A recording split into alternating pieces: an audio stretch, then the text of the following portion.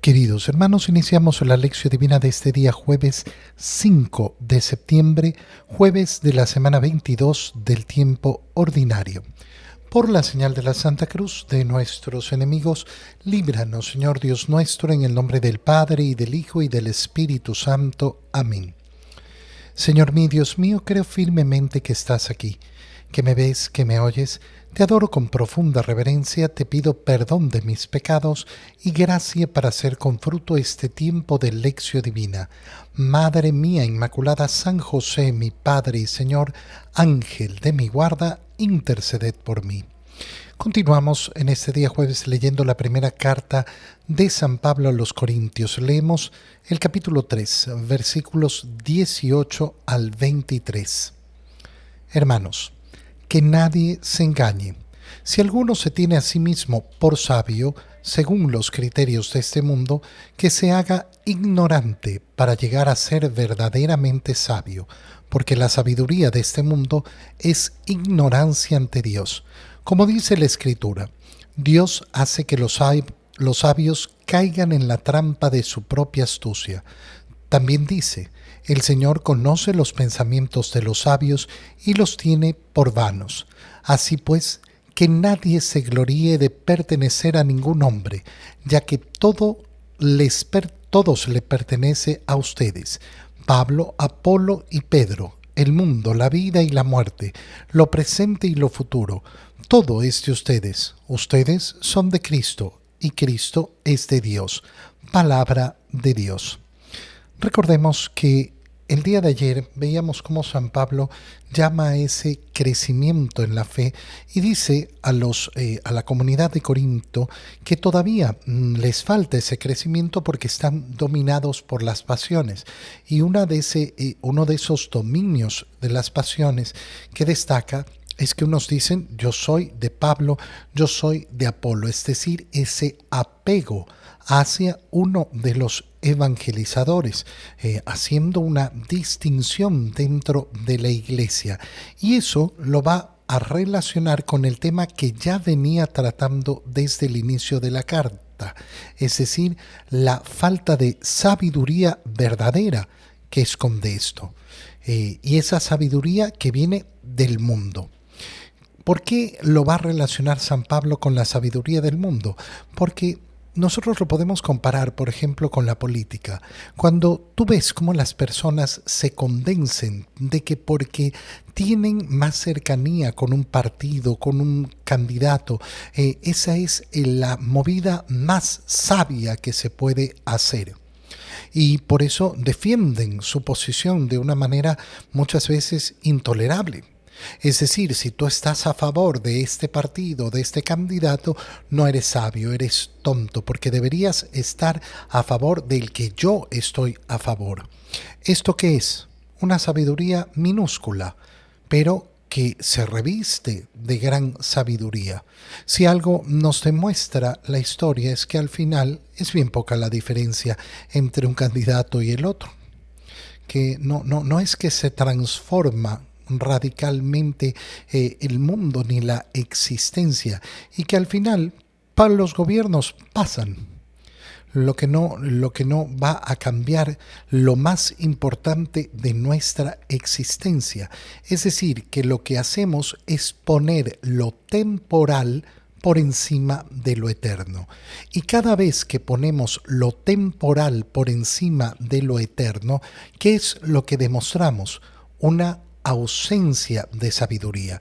Por eso es que San Pablo vuelve al tema de la sabiduría, que nadie se engaña. Que nadie se engañe, perdón. Si alguno se tiene a sí mismo por sabio según los criterios de este mundo, que se haga ignorante. ¿Para qué? Para entonces poder llegar a ser verdaderamente sabio a través del camino de la fe, a través de la lógica de Dios y no la lógica del mundo. Y lo explica San Pablo, porque la sabiduría de este mundo es ignorancia ante Dios. A veces nos creemos sumamente conocedores. Claro, vivimos en un tiempo de la historia donde podemos caer en el engaño de que el ser humano ha desarrollado un conocimiento tan gigantesco que tiene todo bajo su dominio. Y sin embargo vemos que un simple microbio, una simple enfermedad, pone al mundo en jaque. Lo vivimos en la pandemia hace pocos años atrás. ¿Y cómo quedamos todos? Inútiles sin ser capaces de dominar algo tan sencillo, algo que pretendíamos. No, es que nosotros ya tenemos vacunas, nosotros tenemos medicinas, nosotros tenemos un gran conocimiento. Bueno, es importante recordar que no tenemos un conocimiento que excede el conocimiento de Dios. Gracias a Dios, el conocimiento de la humanidad se ha ido incrementando y hemos ido cumpliendo la misión de Dios de dominar la creación y poder efectivamente conocerla y poder entonces transformarla a la conveniencia del ser humano. Pero tenemos tantísimos huecos en esa sabiduría. Y entonces, si yo pretendo que el ser humano tiene gran sabiduría a nivel colectivo, me estoy refiriendo, me voy a olvidar de la gran ignorancia que tenemos, que es profundísima. Las grandes preguntas de la humanidad no tienen respuesta. No tienen respuesta según el conocimiento que hemos alcanzado los seres humanos. ¿Qué es lo que hemos llegado a conocer? Mucho, muchísimo si quieres, pero todavía es tan ínfimo, tan pequeño. ¿Alcanzará el ser humano a comprender todas las cosas de la naturaleza? No lo sé. Posiblemente no. Posiblemente no.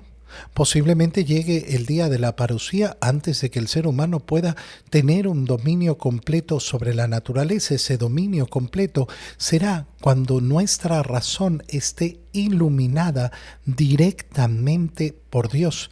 Y eso se llama la vida eterna. No es la condición que tenemos ahora. Dios, por eso dice San Pablo, hace que los sabios caigan en la trampa de su propia astucia. Esto es lo que enseña la palabra de Dios.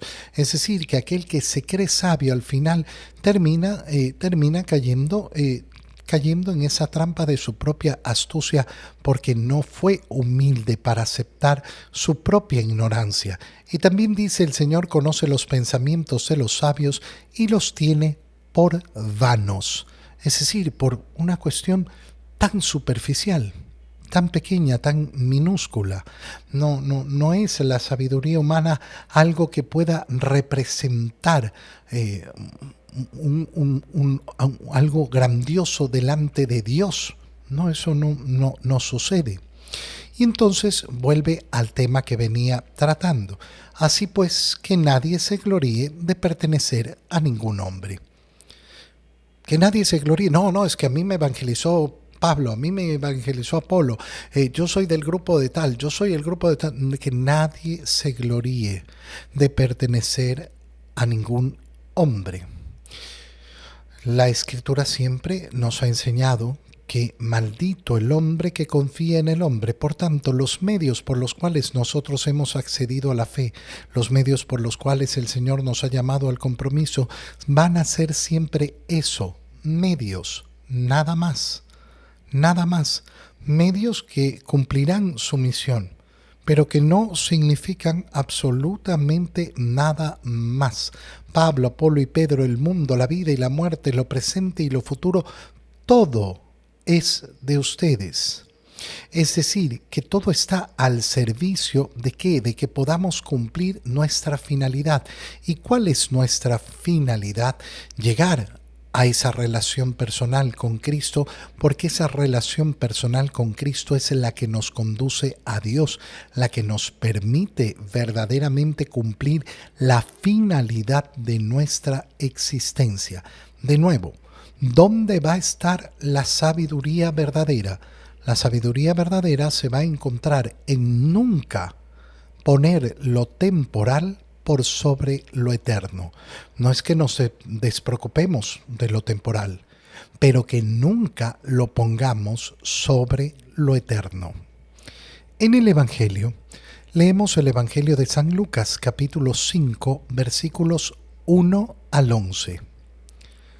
En aquel tiempo Jesús estaba a orillas del lago de Genezaret, y la gente se agolpaba en torno suyo para oír la palabra de Dios. Jesús vio dos barcas que estaban junto a la orilla. Los pescadores habían desembarcado y estaban lavando las redes. Subió Jesús a una de las barcas, la de Simón. Le pidió que la alejara un poco de tierra y sentado en la barca enseñaba a la multitud. Cuando acabó de hablar, dijo a Simón: «Lleva la barca mar adentro y echen sus redes para pescar». Simón replicó: «Maestro, hemos trabajado toda la noche y no hemos pescado nada, pero confiado en tu palabra echaré las redes». Así lo hizo, y cogieron tal cantidad de pescados que las redes se rompían. Entonces hicieron señas a sus compañeros que estaban en la otra barca para que vinieran a ayudarlos. Vinieron ellos y llenaron tanto las dos barcas que casi se hundían. Al ver esto, Simón Pedro se arrojó a los pies de Jesús y le dijo: «Apártate de mí, Señor, porque soy un pecador». Porque tanto él como sus compañeros estaban llenos de asombro al ver la pesca que habían conseguido. Lo mismo les pasaba a Santiago y a Juan, hijos de Zebedeo, que eran compañeros de Simón. Entonces Jesús le dijo a Simón: «No temas, desde ahora serás pescador de hombres». Luego llevaron las barcas a tierra y dejándolo todo lo siguieron. Palabra del Señor.